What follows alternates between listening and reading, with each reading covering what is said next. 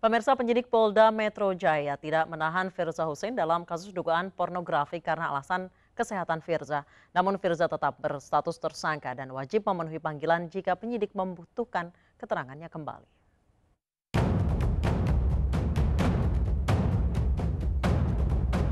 Usai menjalani pemeriksaan 1 kali 24 jam sejak tanggal 16 Mei 2017, Firza Hussein dipulangkan pada Rabu malam atau tanggal 17 Mei sekitar pukul setengah 10 malam waktu Indonesia Barat. Firza tidak ditahan karena alasan kesehatan. Meski tak ditahan, Firza tetap akan menjalani pemeriksaan untuk menuntaskan kasus ini. Tim penyidik segera melakukan langkah selanjutnya, yakni menyusun berkas perkara, kemudian diajukan ke penuntut umum. Eva ini tidak dilakukan penahanan, ya. Tetapi yang bersangkutan tetap menjadi tersangka, dan untuk pemeriksaan penyidikan penyelidikan berkas tetap berjalan, ya, tetap berlanjut. Dan tadi malam sudah sekitar jam 21.30 dipulangkan, yang pulang bersama-sama dengan pengacara dan adiknya.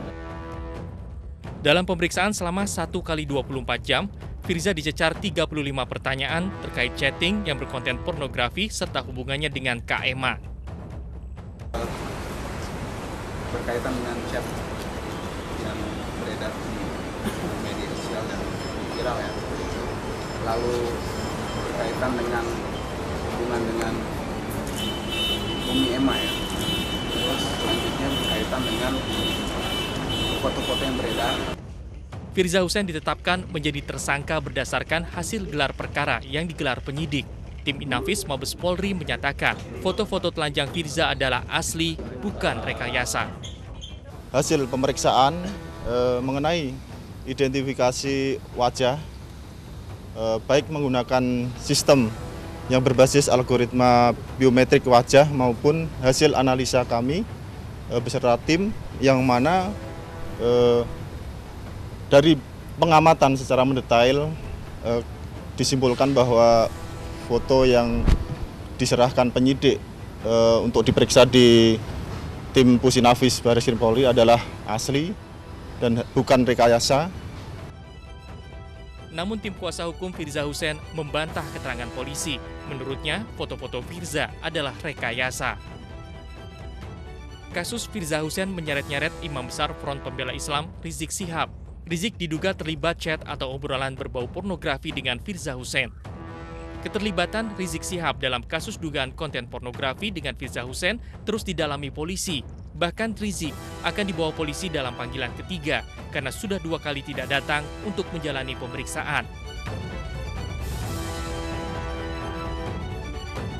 Polisi mengaku sudah menerbitkan surat untuk membawa Rizik dan tengah berkoordinasi dengan pengacara Rizik. Hingga kini polisi masih berusaha memastikan lokasi Rizik berada. Awalnya sosok Firza Hussein tidak banyak diketahui publik, sampai akhirnya dia ditangkap bersama sejumlah aktivis lainnya pada 2 Desember tahun lalu dalam kasus dugaan makar. Dalam kasus ini, Firza telah diperiksa polisi, bahkan sempat ditahan di Makobrimob Depok, Jawa Barat. Keluarga Firza membantah keras kasus ini dan menuding ada pihak-pihak yang sengaja memfitnah Firza dan Rizik Syihab. Rizik Syihab juga membantah keras kasus ini dan menyatakan bahwa kasus ini adalah fitnah terhadapnya. Tim Liputan MNC Media memberitakan.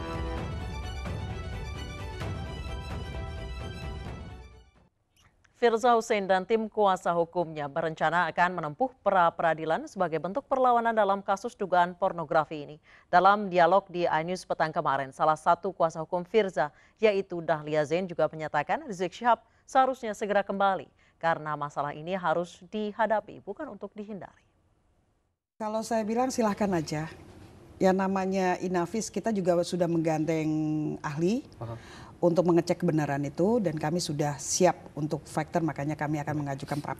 Termasuk ahli telematika yang sempat dihadirkan oleh aparat kepolisian. Penyidik dalam hal ini juga mengonfirmasi bahwa wajah tersebut benar adalah wajah klien Anda. Jadi kalau saya bilang semalam pun saya bilang silahkan saja. Mereka melakukan pemeriksaan itu memang harus, ya, seorang penyidik harus mengembangkan penyidikannya. Tapi kami sebagai tim kuasa hukum, bahkan klien kami sendiri sudah membantah bahwa itu bukan tubuhnya dan itu bukan dia. Baik. Tapi secara wajah memang benar itu wajah Firza. Ya, Sudah siapapun diklarifikasi? wajahnya bisa ditaruh ya di sana ya. Menurut Anda foto tersebut atau potret tersebut merupakan hasil rekayasa atau editan? Saya rasa iya. Baik. Sebetulnya saya ingin tahu poin memberatkan apa yang menurut Anda yang dilakukan oleh aparat kepolisian dalam proses penegakan hukum ini dan proses penyidikan ini sehingga pada akhirnya Anda maju kepada pra peradilan? Ya sekarang gini, yang tadi saya bilang harusnya yang penyebar konten pertama itu yang harusnya diusut ya, ditangkap segera. Penyebar? Ya, penyebar konten pertama. Karena kenapa?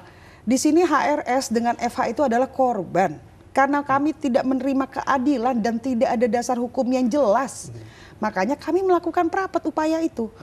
Soalnya kenapa? Dari awal kejadian ini, klien saya itu sudah berapa kali diperiksa.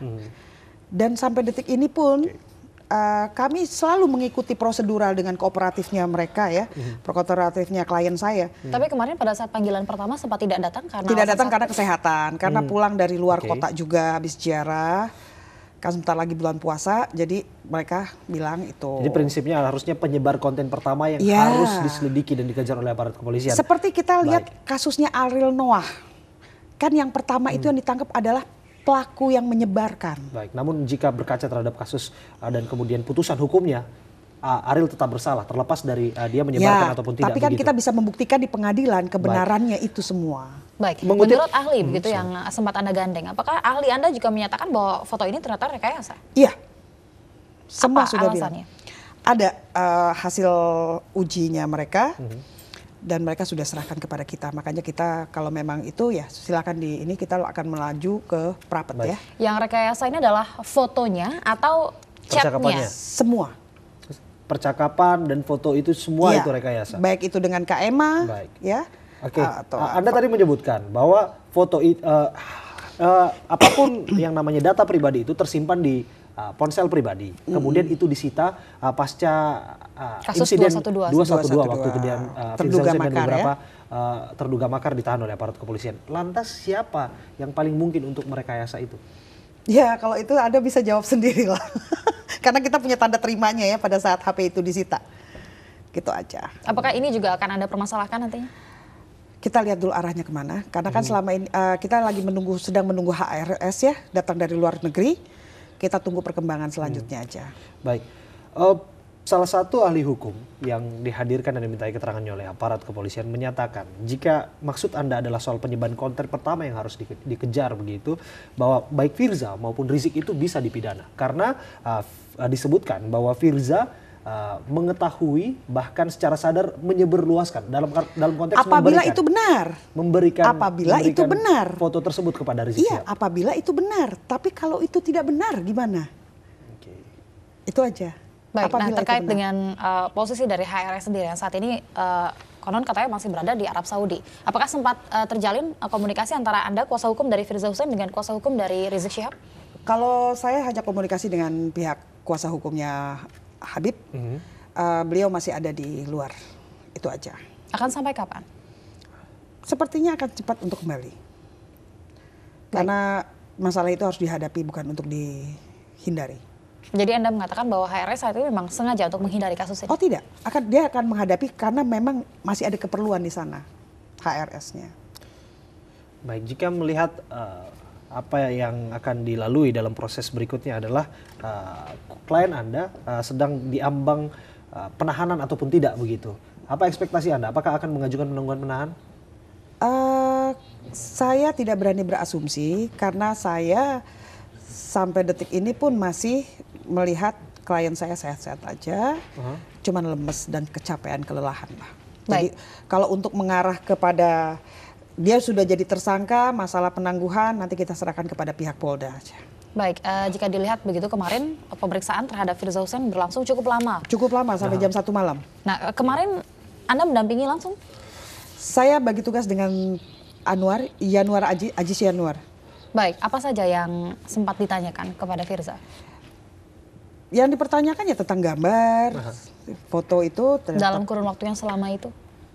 Ya dengan sinkronisasi dengan KMA juga ya. Tapi kembali lagi baik KMA maupun saudari Firza tetap membantah bahwa itu bukan mereka. Baik, terlepas dari rasa sebetulnya ingin masuk arah privat ataupun personal, saya ingin mengetahui bagaimana klien Anda menjelaskan hubungannya dengan Rizik Syihab, perkenalan mereka, kemudian kalau yang saya interaksi tahu, mereka. Klien saya itu adalah murid pengajian. Murid pengajian. Ya, di tempat Habib. Dan KMA itu sendiri adalah teman pengajiannya. Karena kebenaran ya sudah seperti yang tersebar bahwa suaminya KMA juga adalah pengurus FPI. Jadi mereka memang berteman dan antara selama ini saudari Firza itu dengan Habib menghormati sekali. Tidak ada istilahnya bagaimana, cuma di pengajian habis itu selesai pulang. Dan itu juga rame-rame, tidak privat atau apa, enggak ada. Baik, terkait dengan penyidikan kembali kemarin begitu yang dilakukan, apakah ada perlakuan yang memang seharusnya dilakukan oleh para penyidik normal begitu ya? Tidak ada intimidasi dan lain sebagainya? Tidak ada intimidasi. Saya merasakan kemarin itu apa yang dilakukan oleh penyidik itu sesuai dengan SOP-nya. Jika Anda menyebutkan tadi bahwa ada potensi rekayasa yang terjadi dalam gambar dan proses yang terjadi terhadap klien Anda, yang ingin saya pertanyakan adalah jika rekayasa itu benar-benar terjadi, menurut Anda apa targetnya, apa sasarannya sehingga klien Anda harus direkayasa seperti itu? Saya nggak berani ngomong ya, karena kita bukan berasumsi, kita melihat dari fakta ya. Hukum itu kan fakta, bukan hukum asumsi. Makanya kita sesuai dengan hukum normatif aja. Kalau saya bilang itu adalah hukum normatif, bukan hukum terbalik. Baik, dan hari ini pemeriksaan dilakukan kembali oleh penyidik kepada Firza Husein? Sepertinya kan sedang di stop dulu untuk istirahat ya. Di stop dulu untuk istirahat karena menunggu HRS kembali. Baik, apakah dari Anda sendiri kuasa hukum ini ada meminta begitu kelonggaran waktu mengingat sudah sampai jam 1 malam begitu dilakukan pemeriksaan, kemudian juga perjalanan jauh dari luar kota? Dikasih kok istirahat, dikasih. Pada saat sholat, waktu sholat, isoma itu semua dikasih. Cuman memang kan ya namanya ada yang istirahat, ini ganti-gantian lah. Itu aja. Anda kan mengajukan materi pra-peradilan begitu. Saya ingin tahu apa saja bahan-bahan yang sudah Anda siapkan sehingga Anda begitu yakin itu bahwa akan nanti saya jawab, pra-peradilan itu nanti akan diterima dan itu akan saya jawab setelah kami selaku kuasa hukum itu kumpul dan rapat. Apa langkah apa dalam rapat ini, apa yang akan kita majukan gugatannya itu akan kita ini kan. Nah ini kan opini-opini belaka yang tadi disampaikan. Barangkali ada barang bukti yang menguatkan bahwa sebetulnya itu bukan wajah klien Anda. Kemudian barangkali Novum itu nanti kan akan, kalau saya buka sekarang kan jadi nggak seru lagi nantinya. Baik. Harapan Anda terkait dengan kasus ini? Ya harapan saya semoga cepat selesai. Dan klien saya juga HRS mendapatkan hak hukumnya, dapatkan keadilan. Mendapatkan keadilan. Ya, sebagaimana mestinya. Baik, mendapatkan keadilan dengan cara mengikuti proses-proses untuk menempuh keadilan tersebut pastinya. Ya, dengan upaya hukum yang akan kita tempuh. Dengan upaya hukum. Baik, terima kasih terima kasih Mbak Dahlia Zain. Mbak Dahlia Zain. Dan pemirsa, iNews Prime masih akan kembali usai jeda berikut, tetap bersama kami.